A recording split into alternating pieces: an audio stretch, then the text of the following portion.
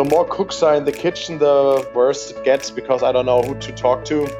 And I can see based on the RFP questions to allocate or to have the best system in place, which covers most of the risks I want to eliminate through this selection process. That's Benjamin Knierim, Sales Director for EMEA at Bellin. In his role, Benjamin has acquired deep insight into how different levels of process control within systems and across organisations can impact corporate financial security. With the rise of CFO fraud, redirection fraud, and other types of financial crime, the Treasurer has become a target. But a well-managed system with the right level of controls in place can help keep the organisation safe without hindering process efficiencies.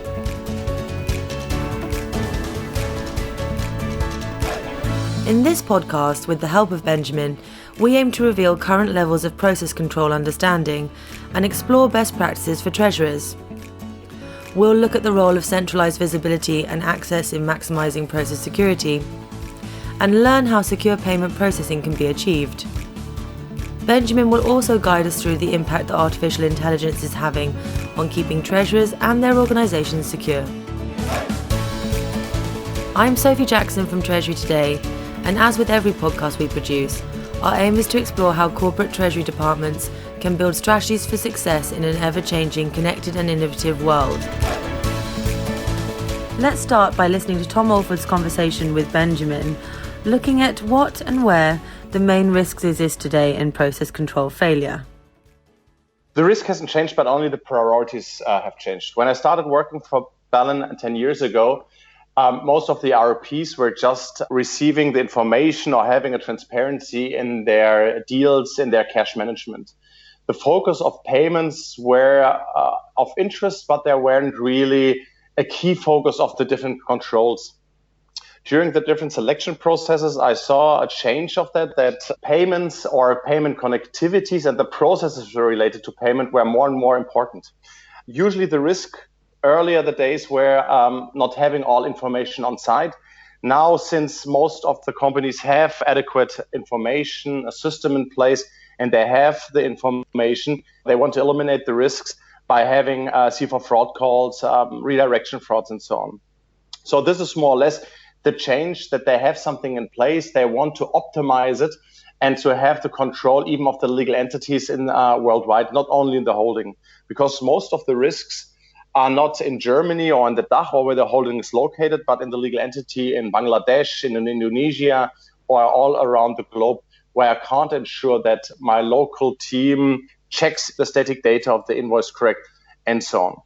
When I visit a customer in Munich, they lost within a short time horizon more than a 10 million euro worth of payments due to fake president calls, because the user on site signed a single payments in the local e-banking application, and they didn't have any control what's going to happen on the legal entities on site or what the user is doing. And they saw it on the consolidation on the month end that there were strange payments processed over a very fast time horizon. Now, to what extent are treasurers actually aware of the risks of not having adequate controls? You highlighted one example there. So from your experience, are you seeing adequate process controls in place? Yes, I would say there are a lot of trainings from the Treasury, from the accounting, or from different departments, how to handle these kind of risks. But the issue is that I can't ensure, even if I train the user 10 times and tell them, please handle it according to this process, I can't ensure that he's still handling that process like I've defined it and they just do what they want to do. So I see in terms of Treasury, there's a shift of the risk or to handle these risks. They want to have the full control and even start working or eliminating these risks on a centrally basis. And this is something I just can do if I have a central system in place, if I have central processes defined, and on a small team of colleagues who are handling this risk. For example, the example I've provided in the prior question, this could have been eliminated if all banks would be connected to one e-banking application, if certain processes, certain checks are in place, that the static data of these payments are validated. So I can see that from the questions in the RFPs, the treasurers are looking for more and more systems which have more capable functionalities, not just providing the transparency, but having also a payment connectivity to eliminate legal entities to have their own e-banking applications or own systems in place, and even from a whitelist, blacklist perspective, to have also control over that, how the static data is maintained and processed through these systems or through the one system. Of course, treasurers need to be able to have a target when they're going to improve systems. So what would you say constitutes best practice in process control? And as part of that, do you feel that centralization is an absolutely essential part of that process? I would say it is important to provide or to have a decentralized application in place. So each subsidiary, each user should use the system as their local tool, as their tool to do the certain task they should do. But I need to have a centralized control over everything. I should have the transparency to see what is this user doing. Do I want to deny or reject this payment? Is this information correct he's going to enter? It doesn't mean I want to withdraw all the responsibilities and the workload into a department, because most of the treasury departments are maybe 1, 2, or 3 people. Bigger corporates have maybe bigger departments, but most of our customer base are just a one-man show or 1.5 and 2. So I don't want to hire a new person just covering these kind of control. But I want to have the possibility to have the transparency. The user should have, or the central treasury should have, the responsibility in an automated way to see fraud payments, to see fraud information and act upon of it. So I allocate the control into the legal entities. They still have the processes. They should live the process in the system, but I have a centralized access to it to see everything, to act upon it. And even if the system is so good that informs me, watch out, there's a fraud payment, then I just need to see only the few payments which are very strange and not all of them. Okay, great. So we talk a lot about advanced technologies, especially AI. So what do you think is the role of technologies like AI in elevating control structures and management? I think since TMS departments are usually pretty small, artificial intelligence is getting more and more important. The systems or the TMS or the payment applications I have in place, they have a lot of information included. And I want to make use of this information. And so having like an AI in place to check how these payments, validate these payments, and inform only for the payments which are critical, I need to check. This is a huge help for small organizations. For example, we have developed an AI in our application that should or is going to detect fraud payments, which means, so let's take an example.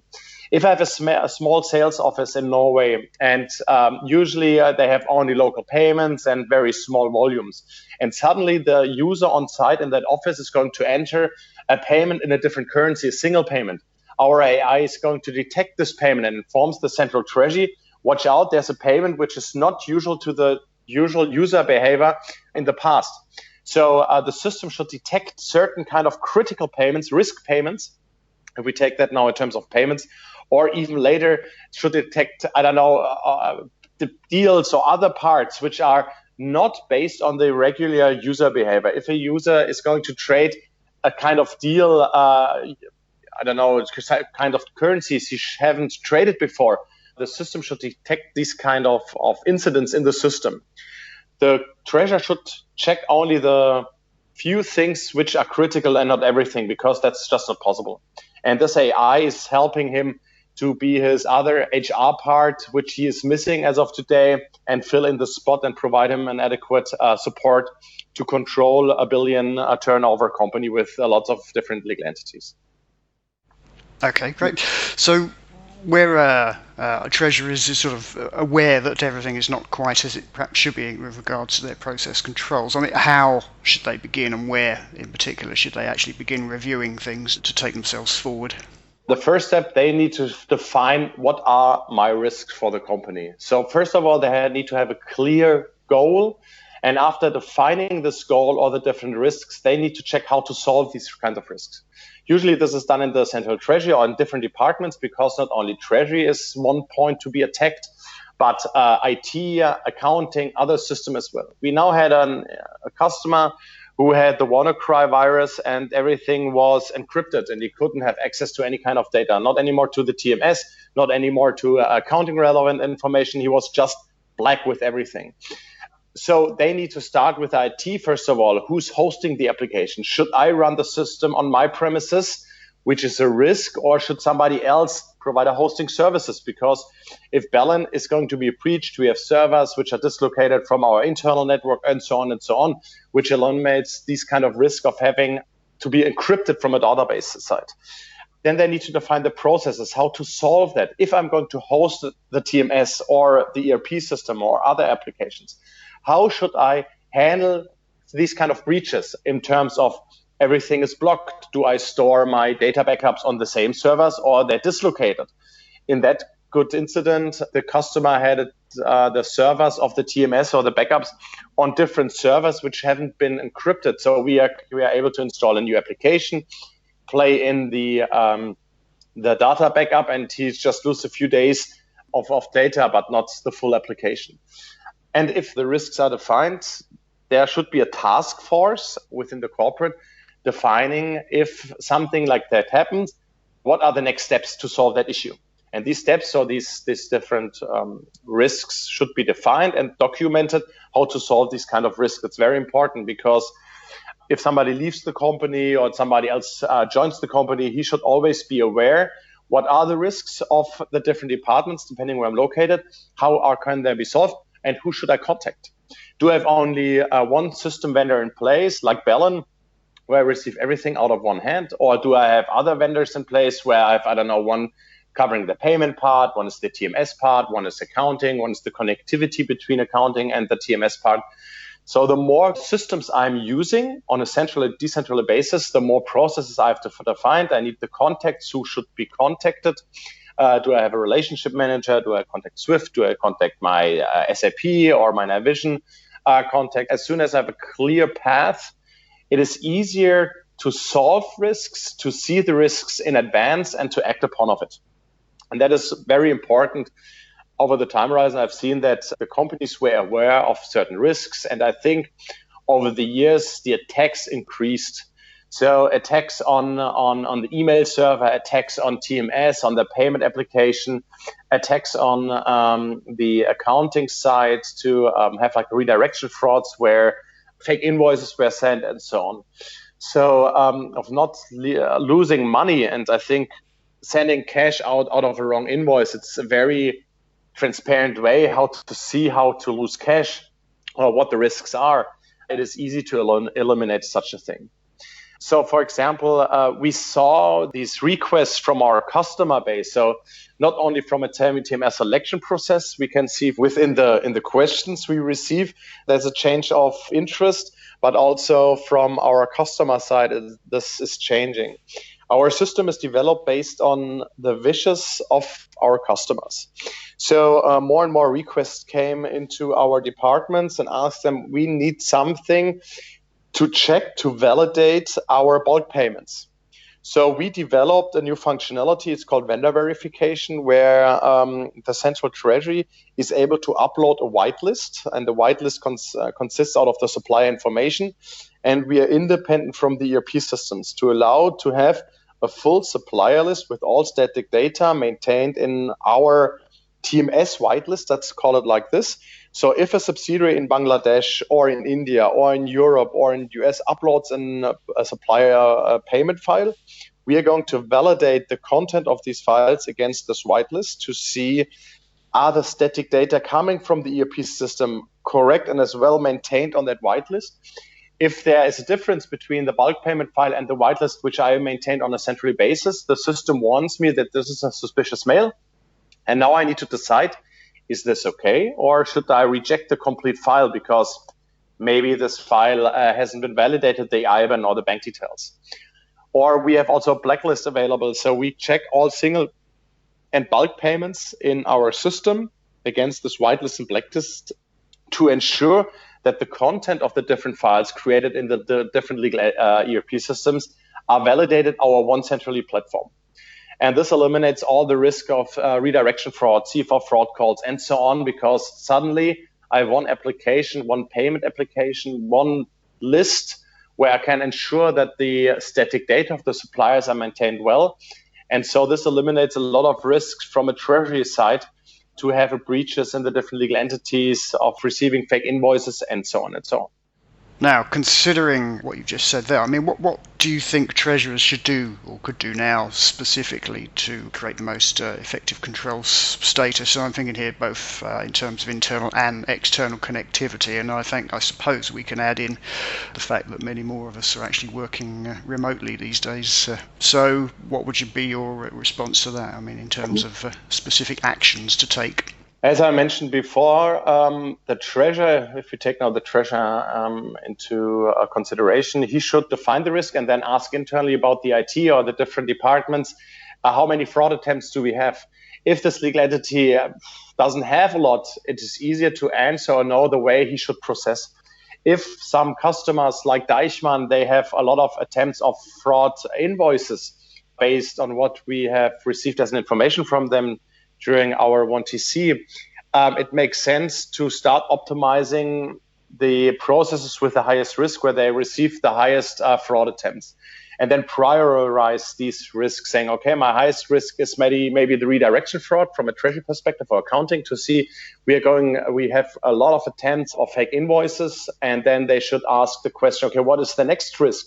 Are these CFR fraud calls they receive, or is the next one of being attacked by the servers? So a lot of our customers also tell us the information that not only the accounting or the TMS is getting being attacked, because these are probably very secure systems, but they see that more and more email servers are going to be hacked.